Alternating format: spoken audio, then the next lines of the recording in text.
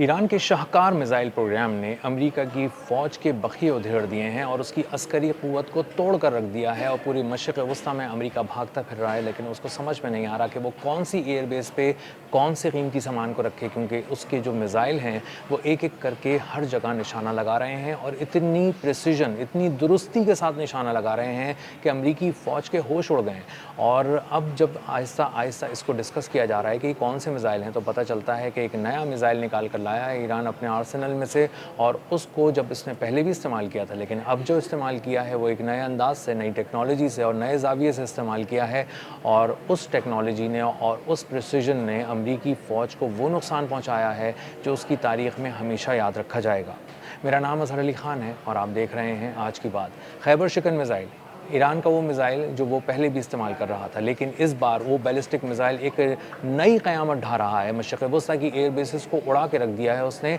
और उर्दन हो, कुवैत हो, बहरीन हो, जहाँ पर भी उसको दागा जाता है वो बहुत ही प्रिसीजन के साथ, दुरुस्ती के साथ आगे निशाना बनाता है और अपने हदफ को तबाह कर देता है। उसको मौका भी नहीं देता कि वो कहीं से एयर डिफेंसेस का सहारा ले सके, और वहाँ जो दिफाई निज़ाम लगाए गए हैं उन मिसाइलों को आते हुए तबाह करने के लिए, वो उनको भी दबोचता हुआ ले जाता है और उसके बाद जाके हदफ को भी तबाह कर देता है। तो वो एक तीर से कई शिकार ईरान कर रहा है और बहुत ही दुरुस्ती के साथ कर रहा है। वॉल स्ट्रीट जर्नल अपनी रिपोर्ट में बता रहा है कि अमरीकी फ़ौज इसलिए परेशान है क्योंकि वो खैबर शिकन मिसाइल के एक नए वर्जन का सामना कर रही है, और ये नया वर्जन बहुत ही क़यामत खेज़ है और बहुत ही दुरुस्ती के साथ निशाना बनाता है, और जब भी इसको फायर किया जाता है इसको रोकना मुहाल है, और इसके चंद ही पीसेस को रोका जा सका है, बाकी पेनिट्रेट कर चुके, और वो अपनी नई टेक्नोलॉजी की वजह से अमरीकी फ़ौज के, अमरीकी रडार्स के और अमरीकी दिफाई निज़ाम के समझ में ही नहीं आ रहे। ईरानी फ़ौज खैबर शिकन मिसाइल का सिर्फ इस्तेमाल ही नहीं कर रही बल्कि बहुत ही शानदार इस्तेमाल कर रही है। इसका कॉम्बिनेशन बनाया गया है ड्रोन्स के साथ, और अर्श ड्रोन के साथ जब इसका कॉम्बिनेशन बनाया गया है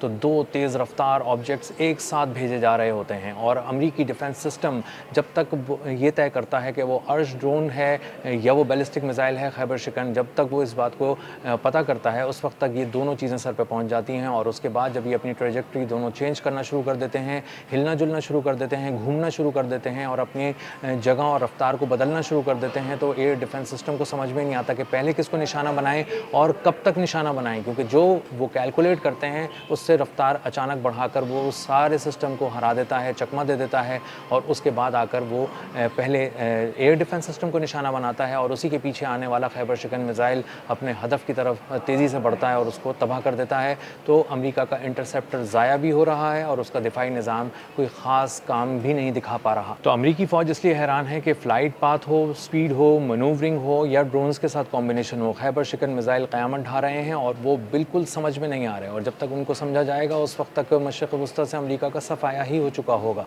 खैबर शिकन मिसाइलों की एक ख़ास बात यह है कि ये लो कॉस्ट हैं और ये ज़्यादा महंगे भी नहीं पड़ते, और इसी के साथ इनकी रफ्तार 19,500 किलोमीटर फ़ी घंटा है। इस कदर क़यामत ख़ेज़ रफ्तार से एक चीज़ झपटती है तो वो आन की आन में आकर अपने हदफ को दबोच लेती है और उसको बर्बाद करके रख देती है। खैबर शिकन मिसाइल के जो नया वर्जन है इसकी रेंज 1450 किलोमीटर है, और ये तकरीबन 1500 किलो तक बहुत ही ख़तरनाक किस्म का वॉरहेड ले जा सकता है, और इसका मतलब ये है कि जब ये आकर कहीं गिरता है तो बहुत बड़े पैमाने पर तबाही मचाता है, और साथ में अपने हदफ के साथ साथ कुछ और चीज़ें भी मुफ्त में उड़ा कर ले जाता है। अमरीकी हुकाम का ये एस्टिमेट है कि ईरान की जंग से पहले ईरान के पास तकरीबन 2500 ख़तरनाक मिसाइल थे, और उनमें खैबर शिकन मिसाइल भी शामिल थे, और उसके बाद इन्हें मुसलसल वहाँ इस्तेमाल किया जाता है जहाँ बहुत ही प्रिसीजन के साथ बड़े पैमाने पर तबाही फैलानी होती है। ये लो कॉस्ट मिसाइल दरअसल मिलियंस ऑफ डॉलर्स के इंटरसेप्टर्स का मुकाबला बहुत आसानी से कर लेते हैं, उनको फायर ही नहीं होने देते, और जब आकर वो